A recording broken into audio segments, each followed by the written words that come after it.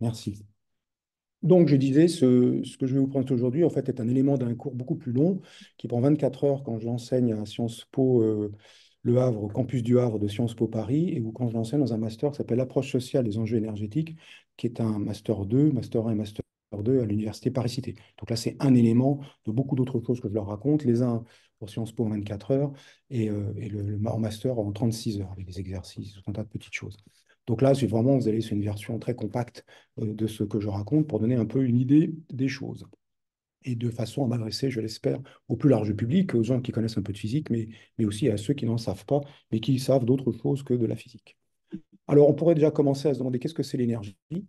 Ça, c'est une question qui n'est pas sans importance, sachant qu'on utilise beaucoup le mot énergie au quotidien dans tout un tas de phrases comme nous avons besoin d'énergie, il faut économiser l'énergie, l'énergie c'est une facture, on va manquer d'énergie, voilà, pour maigrir, il faut brûler l'énergie, voilà une autre phrase qu'on entend aussi. Bref, c'est une notion qui paraît très quotidienne et qui en fait ne l'est pas tant que ça, en tout cas plus exactement, la définition qu'en ont les physiciens n'est vraiment pas celle que l'on peut en avoir, qu'on peut avoir en tête quand on est au quotidien. Alors, je vous donne brutalement la définition qu'on en a en physique, et puis après, il faudra élaborer avec ça. Bien sûr, ça serait l'objet d'un cours plus prolongé si on voulait en maîtriser toutes les conséquences. Mais en physique, l'énergie, c'est l'unité de compte des transformations de la matière. Dès qu'on fait une transformation de la matière, que ce soit de la matière pour la matière, je prends un morceau de bois, je le taille pour en faire une chaise, ou de la matière pour l'énergie, pour se chauffer, je prends un morceau de bois et je le brûle, et je me chauffe avec cette chaleur dégagée par la combustion du bois, eh bien, il y a une certaine quantité d'énergie qui est mise en jeu, donc transformer la matière pour la matière ou la matière pour l'énergie. En physique, nous vivons, d'ailleurs pas qu'en physique, en biologie, en chimie, enfin en tout, d'ailleurs, nous vivons de ces transformations de la matière. On la transforme en permanence et nous vivons de ces transformations. L'une des premières, c'est les transformations métaboliques. Quand nous ingérons des aliments, eh bien, ils sont transformés dans notre corps par des processus métaboliques qui nous permettent de perdurer dans notre être, de continuer à vivre en dépit du fait que, plus chaud que notre environnement, nous chauffons l'environnement et donc d'une certaine façon nous perdons de la chaleur vers l'environnement. Et puis tout simplement pour penser, pour agir, pour sauvegarder, pour faire tout un tas de choses, il y a besoin d'énergie. Ben voilà, là pour le coup, l'expression quotidienne fonctionne pas mal. Il y a besoin de fournir cette énergie pour que nous puissions faire, pour que nous puissions agir sur le monde.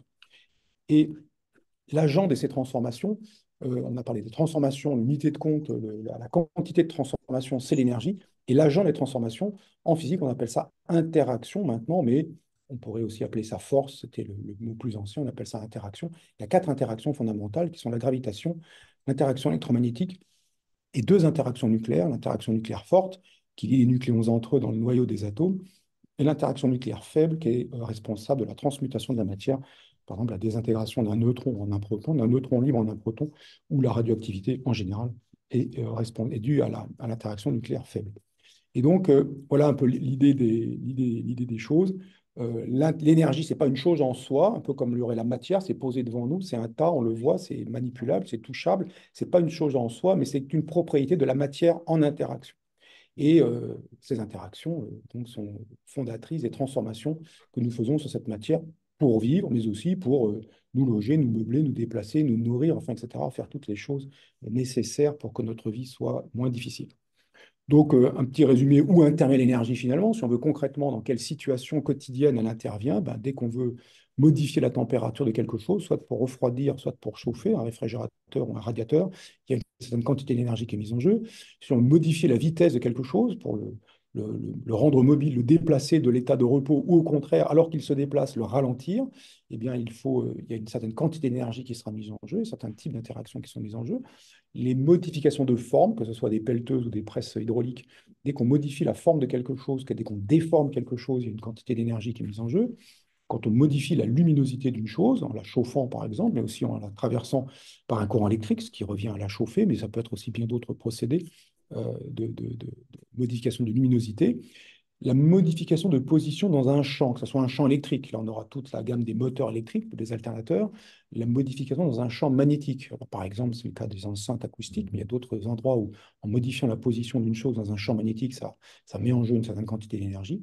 Et puis, dans un champ gravitationnel, là, ce sont des conduites forcées, ben, l'eau qui coule spontanément des montagnes sous l'effet de la gravitation, eh bien, ce mouvement spontané, on peut le récupérer, on peut le transformer en rotation d'une turbine qui elle-même va faire tourner un alternateur. Et là, on a une modification de cette position dans un champ électrique et on obtient un courant électrique qu'on produit par induction un courant électrique.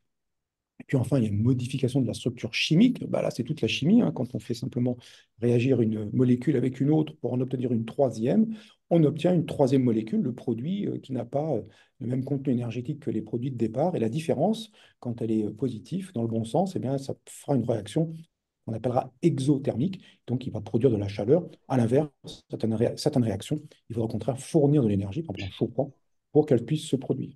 Et puis enfin, modification de structure nucléaire, cette fois-ci, il s'agit du noyau des atomes, et c'est comme la chimie d'une certaine façon, mais cette fois-ci en considérant le noyau des atomes, que ce soit de la fission, de briser un gros noyau pour en faire deux plus petits, ce que l'on fait couramment dans les centrales nucléaires actuelles, en brisant de l'uranium 235 ou du plutonium 239 pour en faire deux morceaux plus petits, et dans l'opération, on récupère cette quantité d'énergie.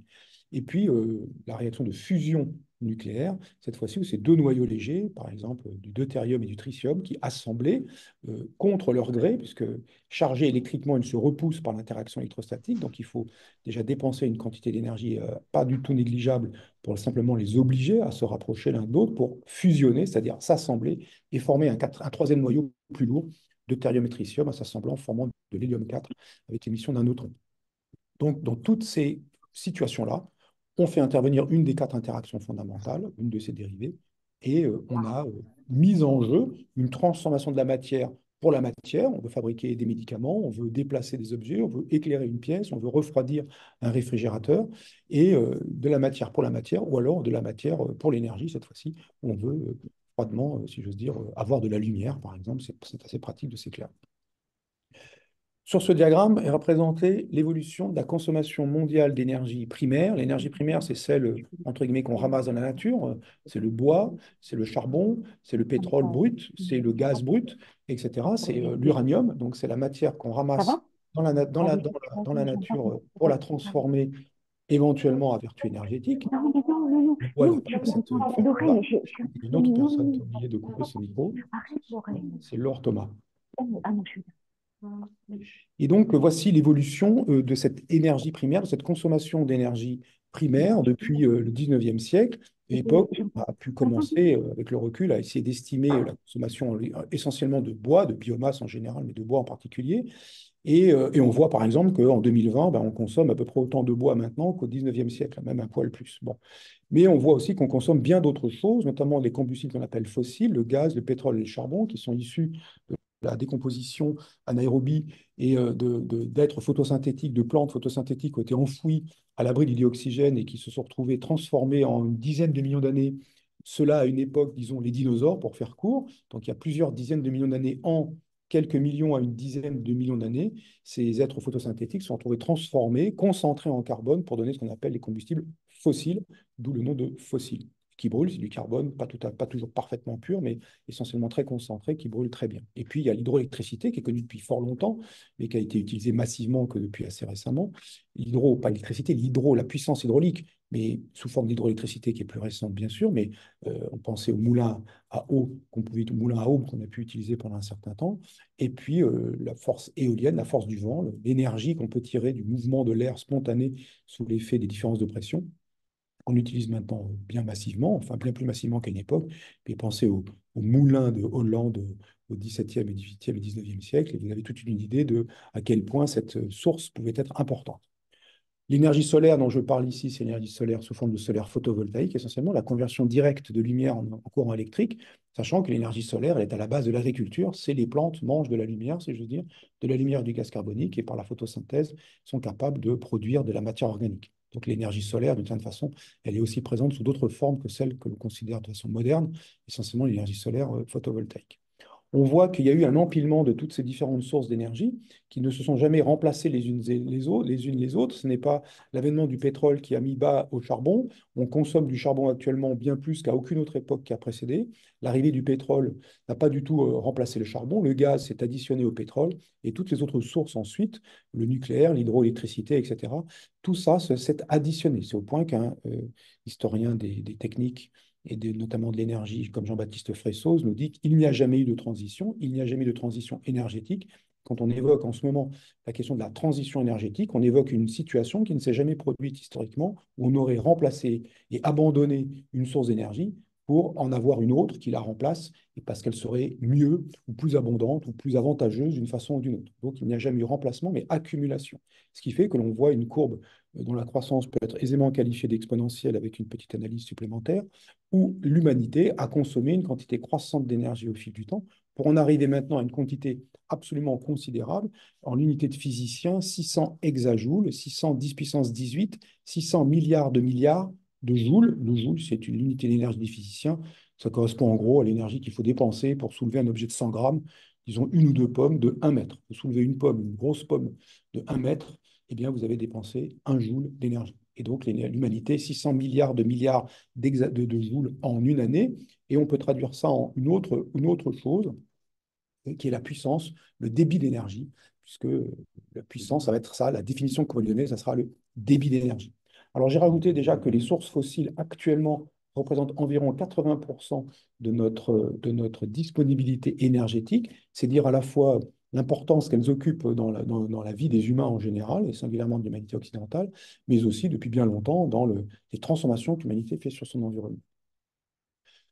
Depuis 1800, la consommation d'énergie par l'humanité a été multipliée par 32, environ 32, et essentiellement pour deux causes. Il y a 8 fois plus d'humains et il y a 4 fois plus d'énergie consommée par humain. Donc il y a eu deux facteurs. D'une part, le nombre d'humains qui a augmenté considérablement. Le premier milliard était passé au début du 19e siècle, au tout début du 19e siècle, et nous sommes maintenant 8 milliards depuis l'année dernière.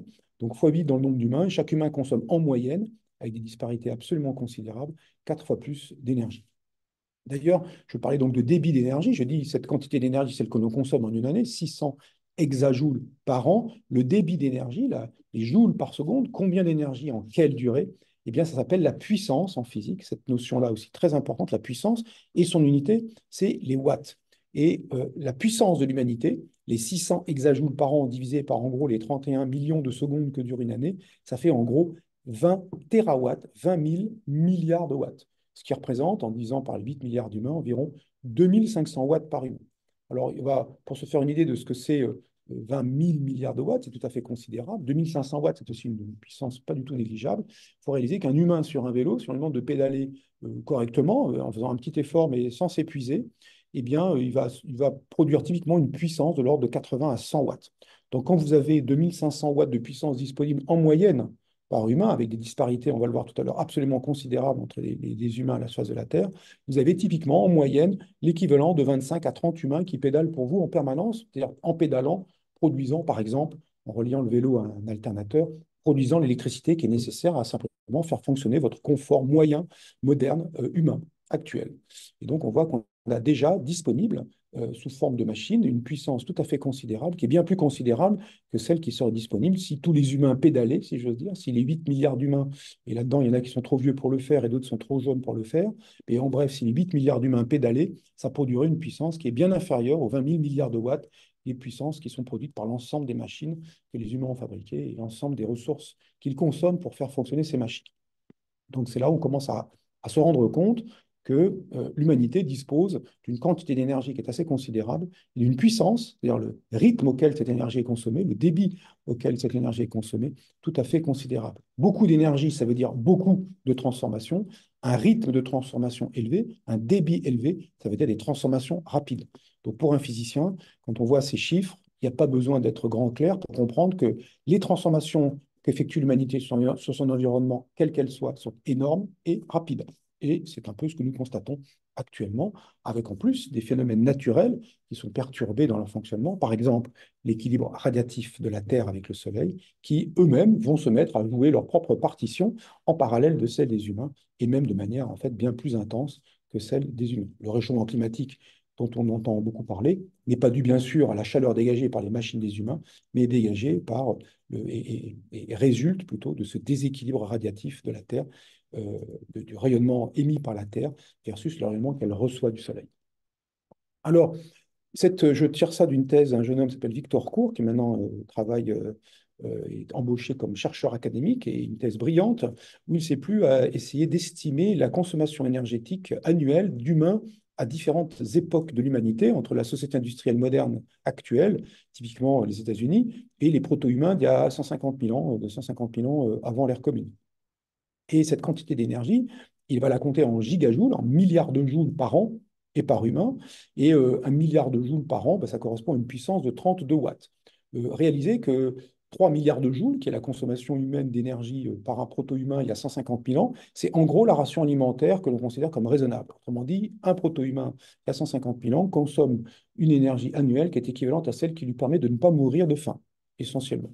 3 milliards de joules par an, ça fait une puissance, 3 milliards de joules, d'environ 100 watts. Et il est lui-même capable d'ailleurs de produire une puissance de l'ordre de 100 watts s'il ne veut pas s'épuiser trop rapidement, et ponctuellement des puissances un peu plus élevées, ou plus durablement des puissances plus faibles.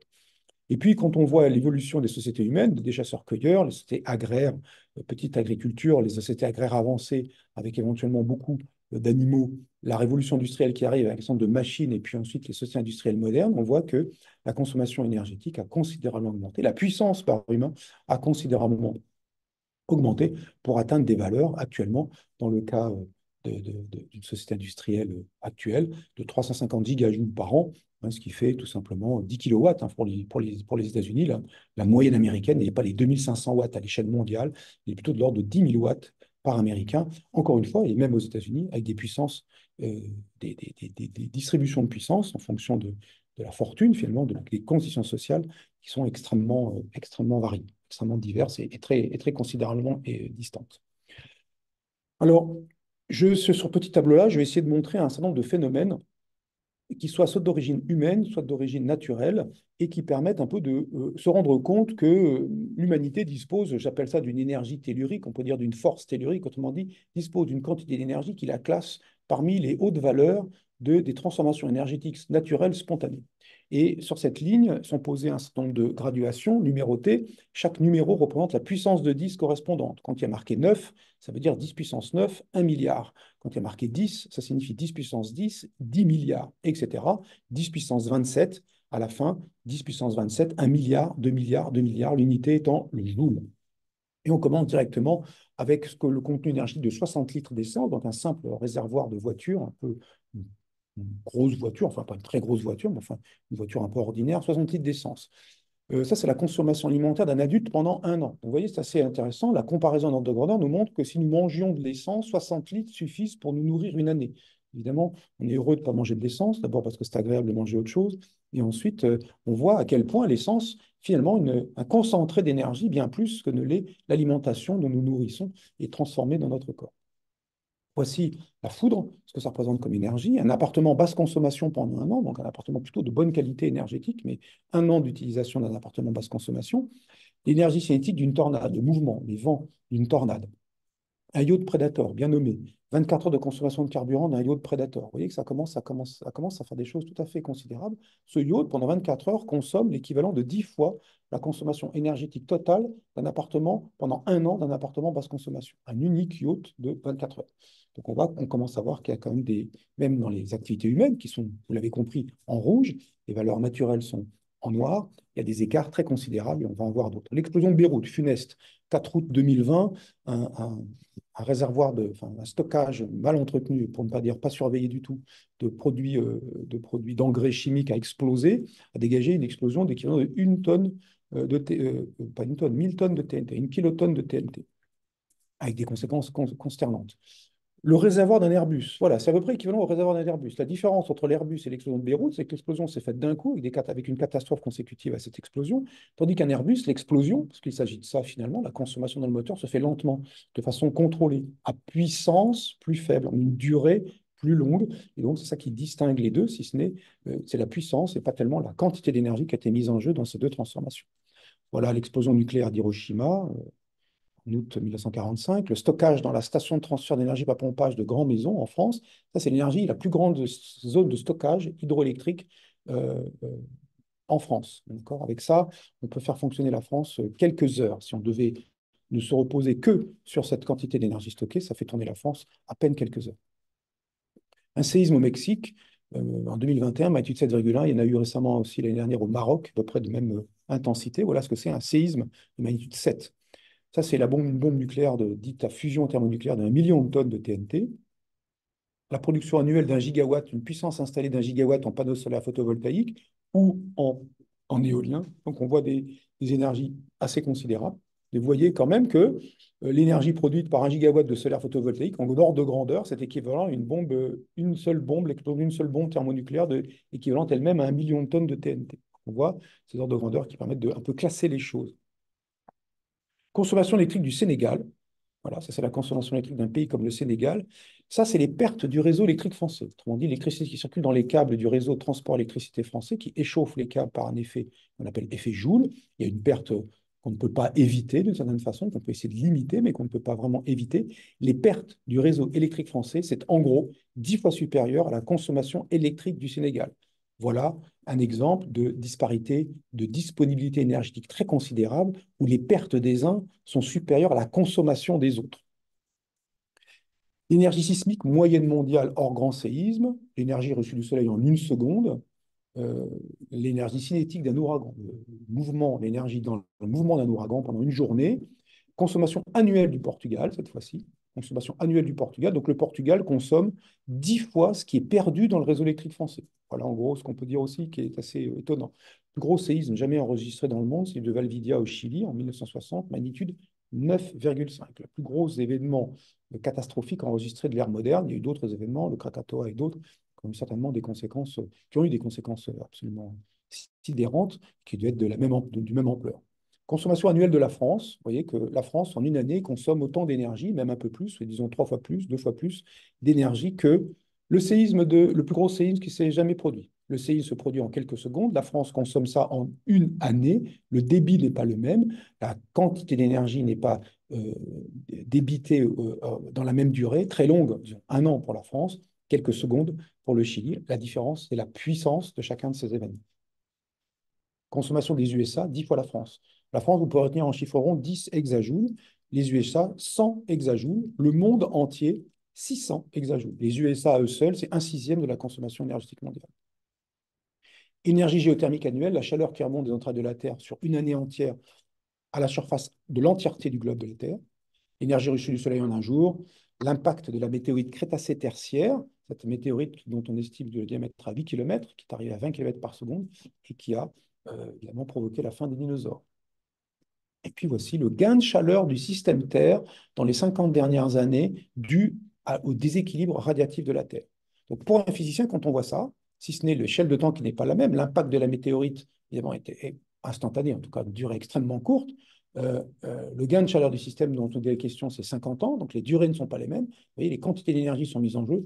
Pour un physicien, il n'y a aucun problème. Ça veut dire que les transformations d'une météorite qui impacte la Terre de cette taille à cette vitesse et de la perturbation de l'équilibre radiatif de la Terre sous l'effet de l'action humaine, eh bien, si l'énergie mise en jeu est la même, la quantité de transformation sera la même. Elles ne sont pas forcément de même nature, mais la quantité de transformation sera la même. La durée n'est pas la même, donc la puissance et le rythme n'est pas le même, bien sûr.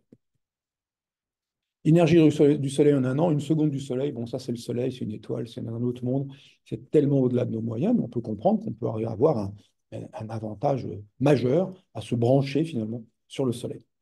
Alors la question énergétique peut aussi être envisagée sous l'angle du développement. Savoir que ces humains, s'ils font toutes ces transformations, ce n'est pas pour le plaisir de bousiller la nature, évidemment, c'est aussi pour améliorer leur confort, se nourrir, se déplacer, se chauffer, enfin faire plein de choses qui leur sont utiles. Et sur ce diagramme est représenté en fonction de la puissance primaire par habitant, en kilowatts, en milliers de watts. Donc, finalement, ces kilowatts, c'est des joules par an, c'est la disponibilité énergétique par personne et par an, et que ça aussi, j'ai exprimé en watts. Rappelez-vous, 100 watts, donc 1/10 d'un kilowatt. 100 watts, c'est un humain qui pédale sur un vélo. Et puis, verticalement, l'indice de développement humain est un indice agrégé qui est dû à l'ONU, qui permet de donner une idée de la qualité de vie dans le pays en agrégeant 3 indices, qui sont l'espérance de vie à la naissance, la durée moyenne de scolarisation et le niveau de vie singularisé par le PIB par habitant. Autrement dit, quand l'IDH est proche de 1, ça se passe bien dans le pays. Quand il est 0, c'est littéralement l'enfer. Pas besoin que ce soit 0 pour être l'enfer. Le pays qui a le plus faible IDH, c'est la République démocratique du Congo. Je ne sais pas si c'est l'enfer, en tout cas, c'est un endroit bien difficile à vivre, avec un IDH qui a 0,38. Et classé par couleur, les pays quantifiés par IDH faible, moyen, élevé et très élevé, qui sont de la classification de l'ONU.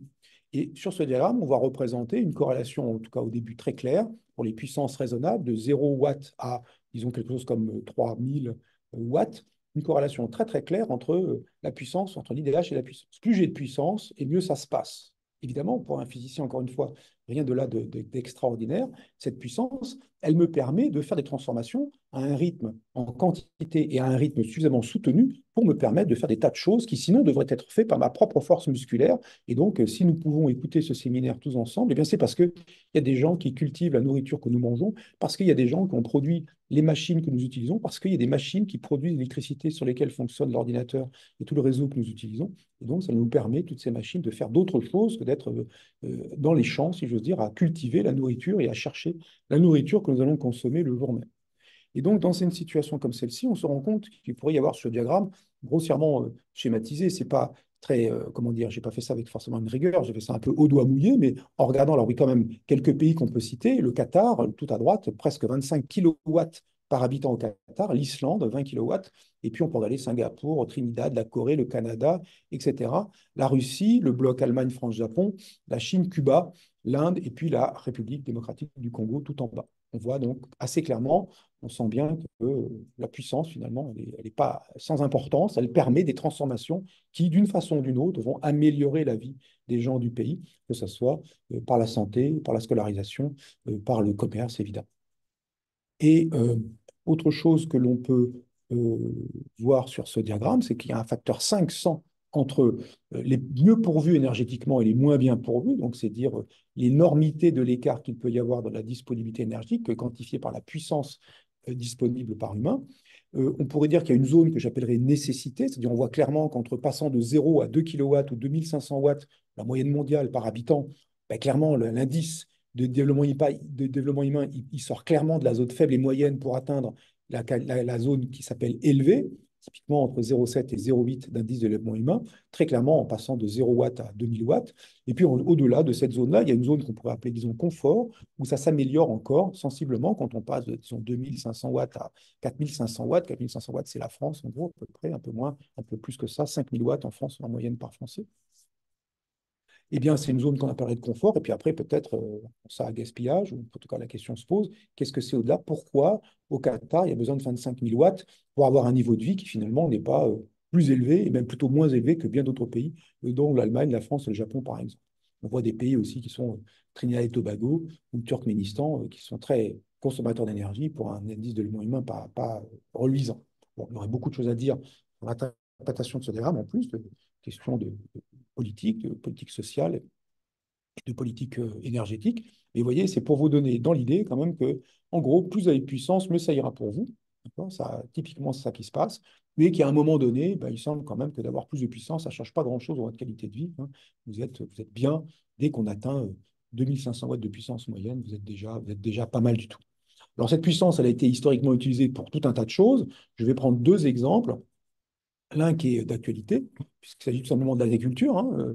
Il fut un temps, bah, il fallait beaucoup d'humains, beaucoup de fois 100 watts dans les champs pour ramasser la nourriture pour nourrir d'autres humains. Et même à un temps ancien où en fait chaque humain trouvait sa propre nourriture, éventuellement celle pour ses enfants ou quelques personnes qui n'étaient plus capables de la chercher par eux-mêmes, mais essentiellement chaque humain devait trouver sa nourriture. Et puis, ils sont arrivés tout un tas de machines, et notamment des machines techniques, des objets techniques, mais aussi d'utiliser la puissance animale. Il faut savoir qu'un cheval, le cheval vapeur, c'est 736 watts, donc disposer d'un cheval, c'est typiquement disposer d'un être vivant dont la puissance musculaire est typiquement 7 fois supérieure à celle d'un humain. Donc, quand vous avez un cheval avec vous, c'est comme si vous étiez 8 à bosser. En fait, vous bossez à guider le cheval, et le cheval, il bosse pour vous comme 7 humains qui bosseraient pour vous. Donc, la situation, déjà, s'améliore un peu, sans être particulièrement spectaculaire, s'améliore un peu. Et regardez cette moissonneuse-batteuse hein, du 19e siècle, 33 chevaux et 5 humains pour diriger la machine et diriger les chevaux. Donc, c'est pas...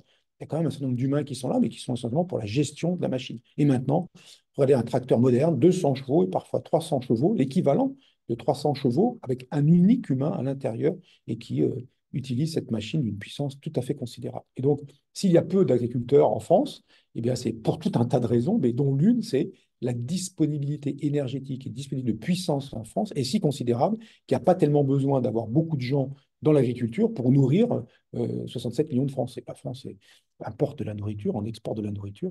Sans doute qu'elle pourrait arriver à être autonome du point de vue de son agriculture si elle s'en donnait les moyens et si elle arrivait à la volonté. Mais en tout cas, ce n'est pas, vous voyez, un problème disparition des agriculteurs parce que le métier ne serait pas attractif, c'est simplement chaque agriculteur dispose d'une puissance absolument considérable. Évidemment, quand des agriculteurs modernes, alors type américain, européen, sont mis en concurrence avec l'agriculture vivrière ou l'agriculture plus à la main, si je veux dire, ou avec de petits moyens de production énergétique par les animaux ou de petits moyens de production énergétique par des machines rudimentaires, et que la force de frappe n'est pas vraiment la même.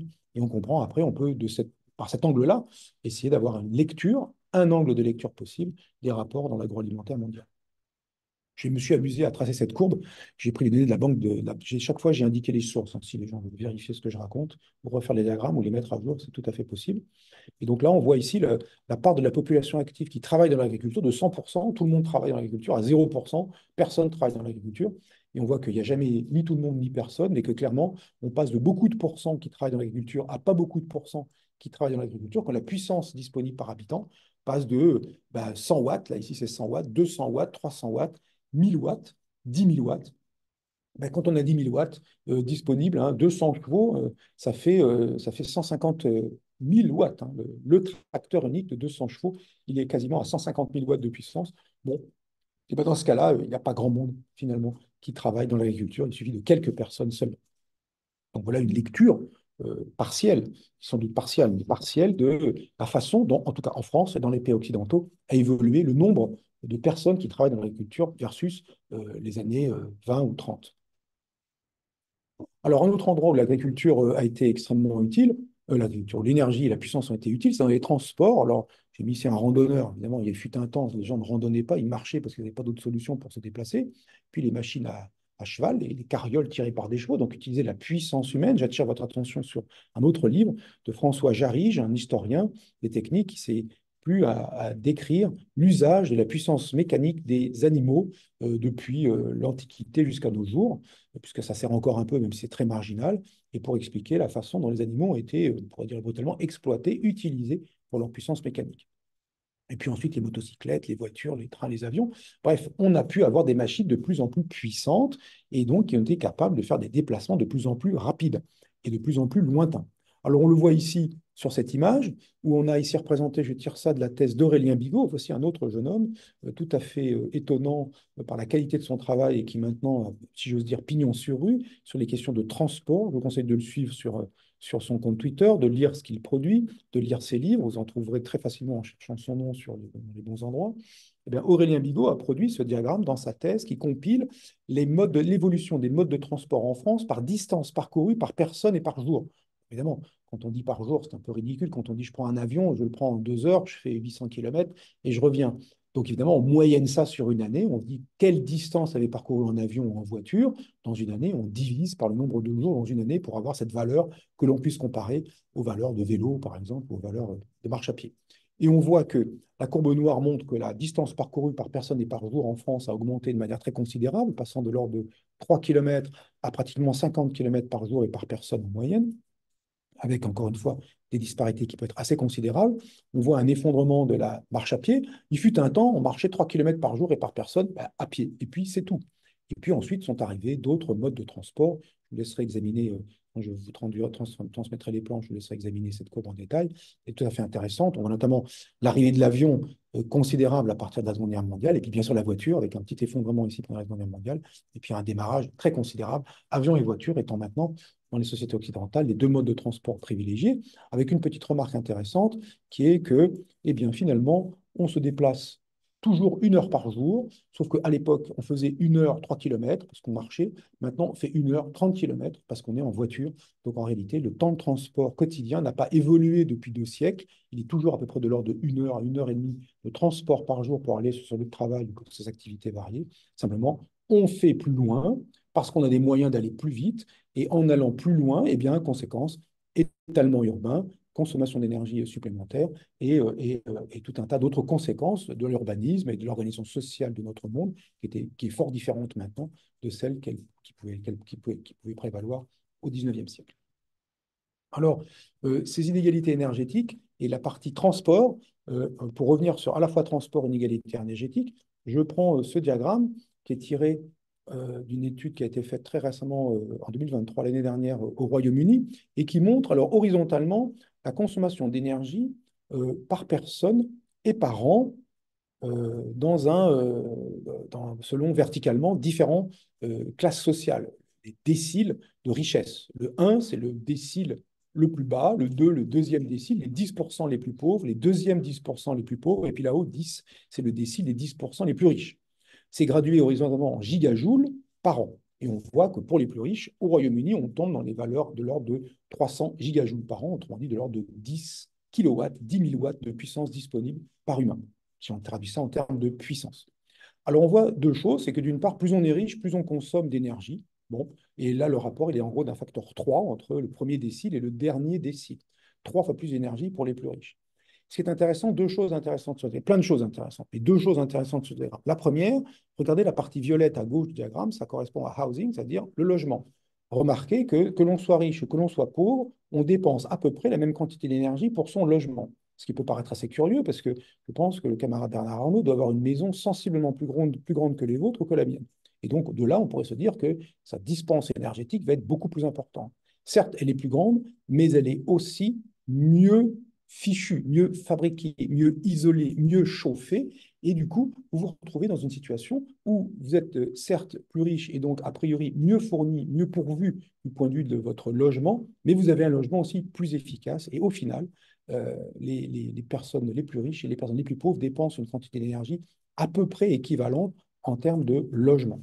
Si maintenant on regarde la partie rouge-orangée qui concerne les transports, notamment sur les international flights, les vols internationaux, les vols domestiques et la voiture.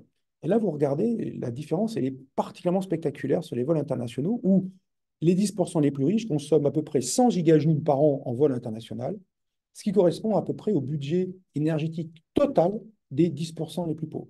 Et donc là, on voit une situation tout à fait intéressante, finalement, où le budget énergétique des 10% les plus riches ne passe pas dans la maison, ne passe pas dans la nourriture, ne passe pas dans le matériel, ne passe pas dans la santé, ne passe pas dans l'éducation, ne passe pas dans tout un tas de choses qui font que la vie vaut la peine d'être vécue et qui permettent de l'améliorer de manière très considérable. Elle passe pratiquement, je ne vais pas dire dans une seule chose, mais énormément dans une seule chose, les transports, singulièrement les transports en avion et en voiture.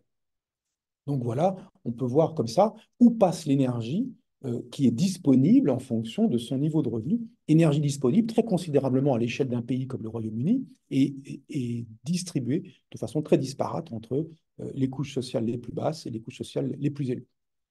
Autre chose, et pour conclure, enfin conclure en... J'espère que Laurent ne va pas me faire les gros yeux.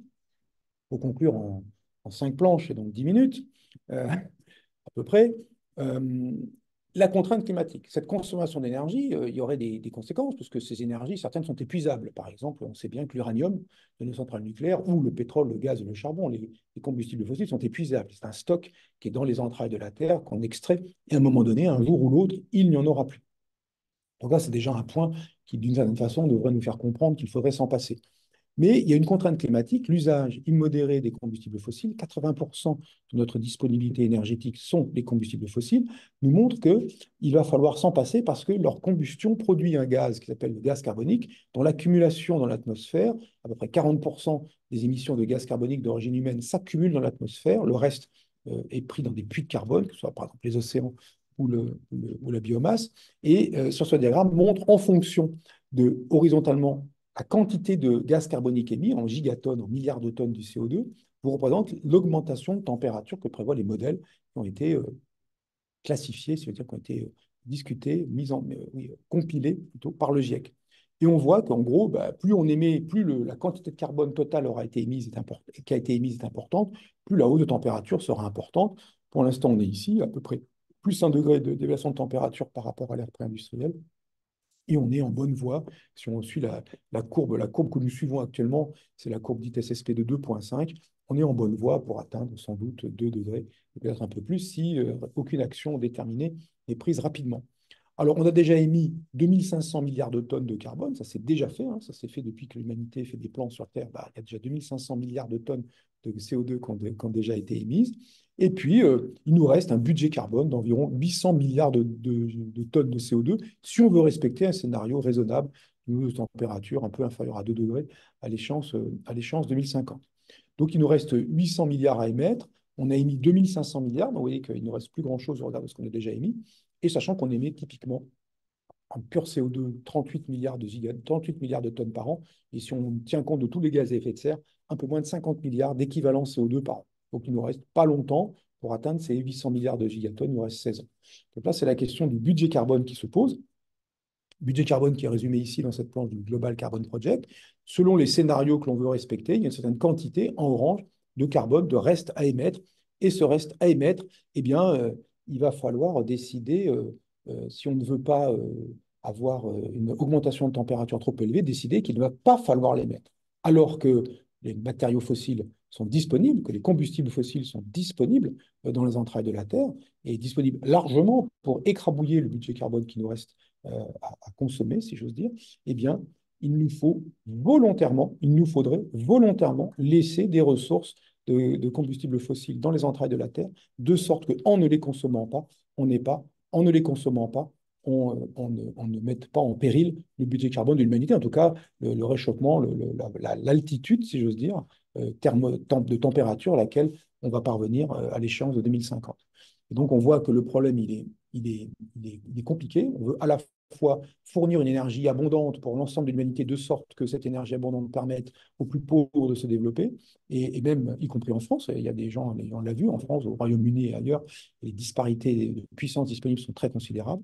Donc les plus pauvres puissent aussi se développer, mais on doit aussi tenir compte du fait que cette consommation d'énergie qu'on peut appeler de nos voeux pour des raisons de développement doit être tempérée par le fait que essentiellement elle se fait pour l'instant à 80%, ne l'oublions pas, elle se fait sous forme de combustibles fossiles, qu'il faudrait s'en débarrasser complètement pour annuler les émissions de gaz à effet de serre, les gaz à effet de serre humains, de sorte qu'on réserve pour nous et pour nos enfants et leurs successeurs une planète pas trop chaude. Voilà, je vais m'arrêter là. Et puis je vois qu'il y a un milliard de questions. Et puis je me fais les gros yeux, donc ça veut dire qu'il faut que j'arrête. Merci, merci de votre attention. Rapidement, je laisse la parole à Roland, à qui j'ai transmis les questions et les remarques. Et juste avant de laisser Roland prendre 2-3 minutes, enfin 2-3 secondes d'ailleurs, même pas minutes, pour lire les questions, un collègue nous informe collectivement que une vidéo de Aurélien Bigot est sur une chaîne que je ne connaissais pas, qui s'appelait Limite. Oui, absolument. Je recommande. Voilà, bah voilà, recommandé en plus par Aurélien Bigot. Je recommande Aurélien Bigot vivement. Sur la question des transports, il est absolument remarquable, ce jeune homme. Victor Cour aussi est très intéressant, moins médiatique. Enfin, moins médiatique, il a été moins sollicité par les médias qu'Aurélien Bigot. Aurélien Bigot était absolument excellent. Les deux autres que j'ai cités, François Jarige et Jean-Baptiste Fresso, c'est ces deux historiens, ça va être de mettre en perspective la situation actuelle. C'est autre chose. Et donc, on a 4 questions, Roland, en dehors de cette remarque, que j'ai relayées par ordre chronologique d'apparition dans le chat. Donc, je te laisse répondre à la première, qui est une question d'actualité. Où est-ce qu'elles sont? Alors, je te les ai mises dans un chat direct, comme ça, tu n'as pas besoin de... J'ai un chat direct? Avec oui, il faut que j'aille dans mon chat direct. Voilà. Message direct. Voilà. Je ne sais pas, je les vois. Enfin, je ne sais pas où c'est. Bon, bah, je vais te les dire. Si tu peux me les dire, si tu veux les dire, c'est sympa. Et il y a une question d'actualité. Les prix de l'électricité doivent exploser. Enercop propose de l'électricité sans augmentation cette année. Est-ce bien, entre guillemets, dans un mode de survie égoïste, ou vaut-il mieux payer tous un prix permettant de favoriser la recherche, quitte à financer des fournisseurs qui joueront avec les bénéfices, plutôt que de les investir Quelle est longue et très complexe question. Roland, et je suis un peu désagréable, il nous reste peu de temps et il y a plein de questions. Bien sûr. Donc du coup, alors, je vais plutôt renvoyer à quelqu'un qui s'appelle Nicolas Goldberg aussi, qui fait des analyses très pertinentes du marché économique de l'électricité. Il y a plein de... Ce marché est une catastrophe. Dit brutalement, est-ce que c'est raisonnable de faire un marché, au sens capitaliste ou financier du terme, de quelque chose qui est un flux? L'électricité est un débit, puisque l'électricité, on ne la stocke que pour l'instant très difficilement. Et donc, est-ce qu'il est raisonnable de vendre une chose qui coule? Est-ce qu'il est raisonnable de vendre la pluie? Non, on vend de l'eau stockée dans un baril, on vend du pinard stocké, on vend des poulets, on vend du blé, on ne vend pas un débit. Et donc, du coup, est-ce que faire un marché d'électricité, c'est une bonne idée? Ça se discute. Je renvoie à Nicolas Goldberg qui là-dessus a discuté de manière très intéressante. Il a un compte Twitter aussi, vous pouvez suivre, enfin X maintenant. Il a un compte Twitter très intéressant dans lequel il discute de cela, qui lui est un grand spécialiste de ces questions d'économie et énergie. Alors, la seconde question, c'est le forfait mobilité ne prévoit pas la marche Pourtant, on peut venir au travail à pied et parcourir plusieurs kilomètres aller-retour. Oui. Que pensez-vous de l'oubli de ce mode de transport dans le forfait mobilité, Bah, pourtant le moins énergivore? bien sûr, on pourrait décider qu'effectivement la marche, ça compte. Effectivement, on pourrait décider que tous les modes de transport, y compris la marche, pourraient être inclus dedans, bien sûr. Et il faudrait gueuler, excusez-moi l'expression, auprès des gens concernés pour leur dire que ça ne va pas du tout. Bien sûr, du point de vue énergétique, la marche, effectivement, j'ai une planche d'ailleurs là-dessus. Je peux vous montrer qu'elle existe. Ça ne vous convaincra pas grand-chose, mais et puis ça va, puis je vais être verte. Mais voilà, j'ai jeté la planche tout à l'heure. Voilà. La marche, c'est pas tout à fait le plus économe en termes énergétiques par kilomètre et par passager. C'est un petit peu au-dessus du vélo, parce que le vélo, il y a tout un argument de physique très intéressant, une conférence d'1 heure sur la puissance disponible quand on fait un déplacement, que ce soit marcher, rouler en vélo ou nager, par exemple, ou voler quand il s'agit d'oiseaux. Eh bien, en fait, walking n'est pas le meilleur moyen. C'est un petit peu au-dessus, mais vous voyez, c'est quand même un très bon moyen. Ensuite, c'est bien sûr les transports en commun et puis les catastrophes, vous les voyez en bas, les gros transports, les taxis, les avions, les voitures individuelles, avions, voitures, taxis, tout ça est une catastrophe ambulante. Donc voilà, vélo et marche. Donc, mais on pourrait, je suis d'accord, absolument Alors, intégrer. encore une question, il y en a d'autres qui tombent, hein, voilà. Ouais. Donc, nos élèves entendent en sciences qu'il faut réduire drastiquement notre consommation d'énergie. L'heure suivante, en géographie, ils entendent qu'il faut augmenter le PIB. Et le soir, ils entendent le président dire qu'il ne croit pas au modèle Amish. Comment trouver une cohérence? Il faut purger le président, purger les économistes nord, qui sont pas, qui sont orthodoxes, et garder les hétérodoxes, et écouter les physiciens, les biologistes, les gens des sciences naturelles. La consommation d'énergie, c'est la quantité de transformation. Quelle que soit l'énergie consommée, il y aura des transformations. Ces transformations produiront forcément des déchets. Ces déchets peuvent être de plusieurs natures. Ça peut être du CO2, ça peut être des déchets qu'on connaît bien, les déchets nucléaires. Et de toute façon, toute transformation, il y aura une part utile pour nous et une part de déchets. Si on consomme beaucoup d'énergie, il y aura beaucoup de déchets.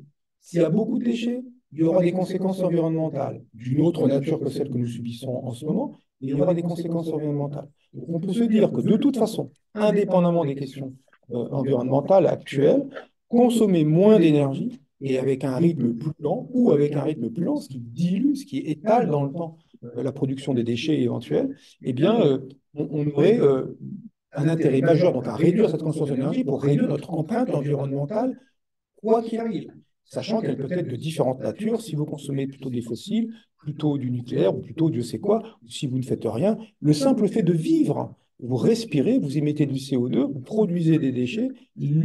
Voilà, le simple fait d'être vivant, c'est que vous êtes producteur de déchets. Et donc, la question, c'est de savoir quelle quantité est acceptable, quel type de déchet est acceptable, et comment est-ce qu'on s'organise pour fixer ce seuil. Et on pourrait souhaiter effectivement qu'il y ait moins de déchets produits et pas forcément moins de business, moins de travail. Il y a des choses qu'il faut réparer. Il y a l'entretien, ne serait-ce que l'entretien du monde, éviter que le monde ne se détériore, c'est déjà quelque chose. Vous le faites pour votre corps tous les jours, en vous nourrissant, en vous lavant, en vous entretenant physiquement, en faisant du sport, en faisant tout un tas de choses qui vous paraissent utiles pour que vous puissiez perdurer confortablement dans votre être. Et donc, le simple fait de faire perdurer notre monde en évitant sa dégradation, c'est déjà une économie. Je ne suis pas économiste, il faudrait discuter en détail avec des économistes, mais en tout cas, ça me paraît, effectivement, il y a des dissonances cognitives. Ce qui est soulevé là aussi, c'est la dissonance cognitive énorme qui est entre ce qui est annoncé et ce qui est fait. Et encore une question, donc la pénurie énergétique pose problème pour le développement humain. Ça, c'est en lien avec ce que tu viens de Bien dire. sûr. Une équité de la répartition permettrait-elle un avenir plus serein? Quels sont les défis liés à l'équité énergétique et quelles solutions pourraient être mises en œuvre pour les surmonter? On vient un peu d'évoquer. Énorme, c'est une question énorme. Et évidemment, c'est une question de qu'est-ce que nous sommes prêts à lâcher pour que d'autres puissent se développer? Cette question, elle ne se pose pas d'aujourd'hui, mais on voit que historiquement, non seulement nous n'avons rien lâché, je parle de nous au sens des pays occidentaux, disons, de l'Occident dans un sens général, non seulement nous n'avons rien lâché, mais nous avons volé, littéralement volé, à d'autres pays les ressources qu'ils possédaient pour notre développement et notre puissance personnelle. Donc on est en train de demander aux puissants, que ce soit des puissants politiquement, des puissants industriellement ou des puissants géopolitiquement, enfin au sens du pays lui-même, de renoncer à une partie de leur puissance pour que les moins puissants puissent juste vivre un peu mieux.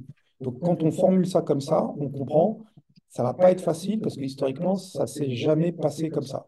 Donc, il y a un authentique problème qui n'est pas un problème de physique, qui n'est pas un problème de où sont les machines qui produisent de l'énergie propre, qui est un problème aussi de répartition. On a le même problème dans l'alimentation.